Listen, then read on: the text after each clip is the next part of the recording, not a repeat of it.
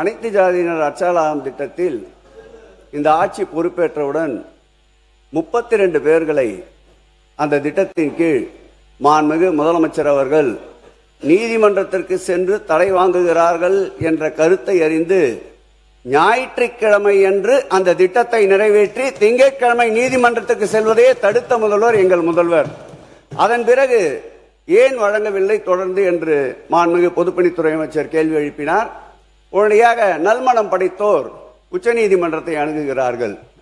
ஆகம கமிட்டி அதற்கு தீர்ப்பு சொல்லி எந்தெந்த திருக்கோயில்கள் ஆகமத்திற்குள் வருகிறது, எந்தெந்த திருக்கோயில்கள் ஆகமத்திற்கு வெளியே இருக்கிறது என்று முடிவு தெரிந்த பிறகுதான் அந்த அனைத்து ஜாதி அர்ச்சகர் திட்டத்தின் கீழ் அர்ச்சகர் நியமிக்க வேண்டும் என்று ஒரு தீர்ப்பு வருகிறது.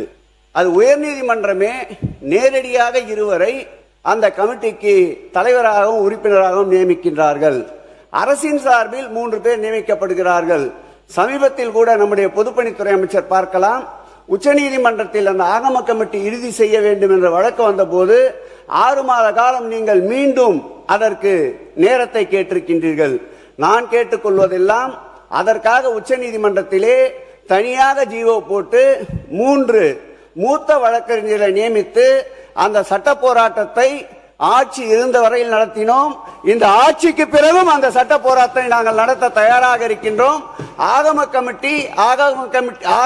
ஆகமம் இல்லாத திருக்கோயில்களை முடிவு செய்கின்ற பொறுப்பு உங்களிடம் இருக்கின்றது. ஆகவே எங்கள் தலைவர் கலைஞர் அவர்களும் பெரியார் நெஞ்சில் தைத்து முல்லை அகற்றிய எங்கள் தளபதி அவர்களும் காட்டிய வழியில் இந்த அரசு செயல்பட்டு அனைத்து ஜாதியினம் அர்ச்சகர் திட்டத்தின் கீழ் அர்ச்சகர் நியமிக்க நீங்கள் நடவடிக்கை எடுக்க வேண்டும் என்று கேட்டுக்கொள்கிறேன். மாண்புமிகு பொதுப்பணித்துறை அமைச்சர். பேரவைத் தலைவர்களே, இப்பொழுது மக்களுக்கு புரிஞ்சிருக்கும் என்ன அரசியல்னு. ஜிஓ பாஸ் பண்ணாங்க, அனைத்து ஜாதி அர்ச்சகர்களாக விழா நடத்தினாங்க, 32 பேருக்கு அப்பாயின்மெண்ட் ஆர்டர் கொடுத்துட்டு கேஸ போட்டது யாருன்னு தெரியும். 5 வருஷம் கவர்மெண்ட்ல அவங்க இருந்தாங்களா, ஆனா அந்த கேஸ வெற்றி பெறவே முடியாதான். இப்ப நம்மள பார்த்து கேஸ நடத்தி இந்த திட்டத்தை செயல்படுத்துங்கன்னு சொல்றாங்க. உறுதியாக நாங்கள் கேஸில் வெற்றி பெற்று இந்த திட்டத்தை பெரியார் வழியில் செயல்படுத்துவோம். அதை நாங்க பதிவு பண்றோம். இதில் உள்ள அரசியல் என்னன்னா, சில மதவாதிகளுடைய அழுத்தத்தினால் கேஸ போட வச்சு இவங்களே டிராப் பண்ணி இவங்களே அதுல குறிப்பா அண்ணன் சேகர் பாபு பெரியார் பேர் உச்சரிக்கவே கூடாது, எங்களுக்கு தெரியும். அதனால இந்த போன ஆட்சி பெரியார் பெயரை பேரளவுக்கு சொல்லிட்டு அனைத்து ஜாதி அர்ச்சகர் திட்டத்தை கைவிடப்பட்டுட்டாங்க. 5 வருஷம் சுப்ரீம் கோர்ட்ல ஜெயிக்கவே இல்லை இந்த கேஸ்ல. ஜஸ்ட் எல்லாமே பேப்பர்ல தான் இருக்கு. எந்த திட்டமா இருந்தாலும் பேப்பர்ல தான் இருக்கு. அப்படிங்கறத நான் பதிப்பிட்டேன். அதுக்கு ஒரு மக்களுக்கு முன்னுதாரணம் இந்த திட்டம் தான். மாண்பு பள்ளிக்கல்வித்துறை அமைச்சர் அவர்கள். மாண்பு பள்ளிக்கல்வித்துறை அமைச்சர் இதெல்லாம் முடிக்கணும். மாண்பு பள்ளிக்கல்வித்துறை அமைச்சர் அவர்கள். உட்காருங்க. பேரவைத் தலைவர் அவர்களே, அவர் பேசிட்டு உட்காருங்க. இந்த எல்லா பிரச்சனையும் எங்க ஸ்டார்ட் ஆகுதுன்னா, அவர் பேசுறாரு, உட்காருங்க. திமுக சட்டமன்ற உறுப்பினர் பேசுகிற போது அவர் பேசிட்டுங்க, உட்காருங்க. நான் பேசணும்னா பேசுங்க, உட்காருங்க. நீ பள்ளிக்கல்வித்துறை அமைச்சர் பேசுங்க. உறுப்பினர் அனுப்புறங்க, உட்காருங்க. அனுமதி தர உட்காருங்க. அனுமதி தர உட்காருங்கன்னு சொல்றேன்ல, அனுமதி தர போறேன். அடுத்தது அன்பழகன் சார் தருவேன். அது மாதிரி சேகர் பாபு உட்காருங்க. நீ பேசுங்க சார். மாண்புமிகு பேரவைத் தலைவர் அவர்களே, இதெல்லாம் எங்க ஸ்டார்ட் ஆச்சுன்னா, சட்டமன்ற உறுப்பினர் பேசுகிற போது சமூக நீதித்துறை அமைச்சர் இதை சொல்லிட்டாருன்னு சொல்லிட்டு தாங்கள் என்னெல்லாம் செஞ்சோம், அதை செஞ்சோம், எதை செஞ்சோம்னு பெருசா சொல்லிக்கிட்டே போனார். உண்மையிலேயே அனைத்து சாதியை சேர்ந்தவங்களை அர்ச்சகர் ஆக்கணும் அப்படின்னு அவங்க சொல்றாங்க. அனைத்து சாதியை சார்ந்தவங்களை அர்ச்சகர் ஆக்குனாங்க. சரி, அப்புறம் ஏங்க ஒரு தலித்த கூட பள்ளிக்கல்வித்துறை அமைச்சரா இத்தனை வருஷத்துல நீங்க ஆக்கவே இல்லை? இதுதான் உங்களுடைய சமூக நீதியா? உயர்கல்வித்துறை அமைச்சர் அவர் இருந்தாரு, ஏன் பள்ளிக்கல்வித்துறை அமைச்சரா ஆகல? ஒண்ணு. ரெண்டாவது அதெல்லாம் செஞ்சதா சொன்னாங்கல்ல, அது கடமை.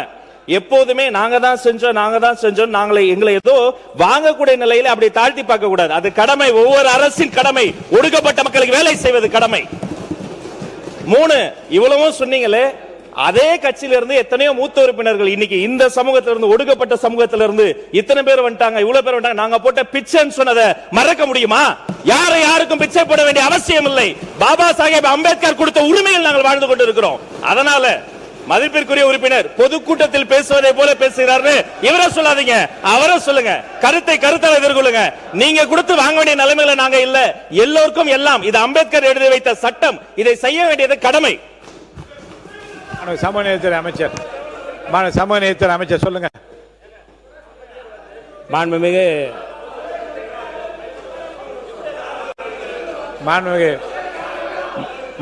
பேரவைத் தலைவர் அவர்களே, கேட்கிறேன்.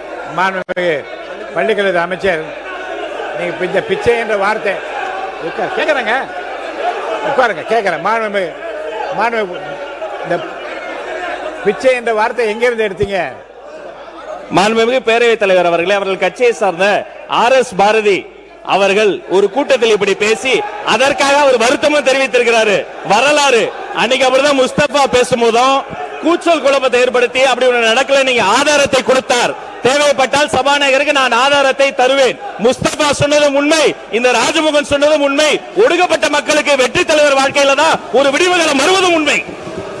மான் உறுப்பினர் இருங்க, மான் உறுப்பினர் பொதுக்கூட்டத்தில் நானே சொல்றேன். இல்ல மான் உறுப்பினர், நீங்க சொன்ன கருத்து விமர்சனத்துக்குள்ளாகி அவர் கட்சி தலைமையை கூட அதை கண்டித்து இருங்க. அந்த பிரச்சனை முடிவு கொண்டு வந்த பிரச்சனை, அதை பற்றி பேசாமல் ஆக்கப்பூர்வமாக அடுத்த கட்டத்துக்கு என்ன செய்யலாம் என்று பற்றி நான் பேசலாம். முடிஞ்சிச்சே.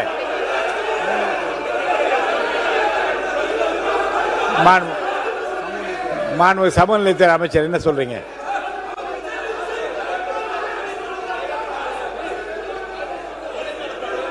நீங்க பேசுறீங்களா?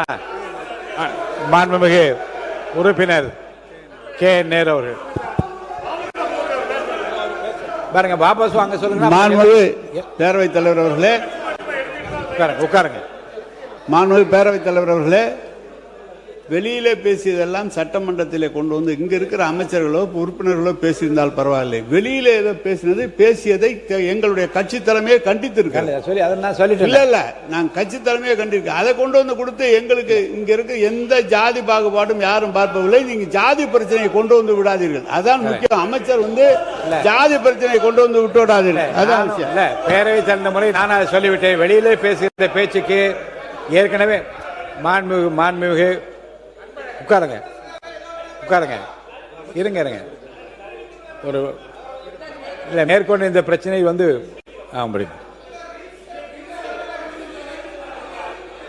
மாண்புமிகு பேரவைத் தலைவர் அவர்களே, அண்ணன் சொன்னது போல நம்ம சமூக நீதி அமைச்சரும் இங்க எதுவுமே சொல்லல. அவர் ஒரு நேர்காணலில் வெளியில் சொன்னதை எடுத்து வந்து இவர் பேசுகிற போது, நீங்கள் வெளியில் சொன்னதையெல்லாம் நாங்கள் பேச ஆரம்பித்தால் நாடு தாங்காது, நீங்களும் தாங்க மாட்டேங்கிறதுக்காக தான் சுட்டி காமிச்சேன். மற்றபடி எதையும் நான் சொல்லல. மாண்பு உறுப்பினர் ஒரு நிமிஷம். கேபி அன்பழகன் அப்புறம் உங்களுக்கு தரேன்.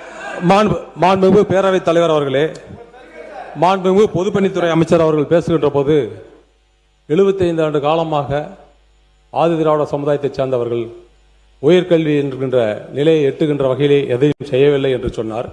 ஒரே ஒரு புள்ளி விவரத்தை மட்டும் நான் இப்போது சொல்லுகிறேன். ஆல் இண்டியா 75 வருஷம்னா 31 வருஷம் அதுல நாங்க ஆட்சியில் இருந்துக்கிறோம்.